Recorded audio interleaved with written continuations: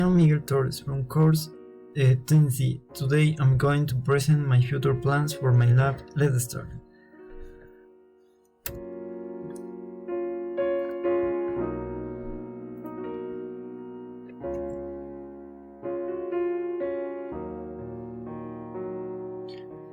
My plans for the future are many, really to be a professional, to continue studying, and not to believe in myself, to be traveling around the world, to also be a great adult, to try to win as much as possible and give all my will and effort in everything that I do to give the best of myself to my family as well as to the people around me.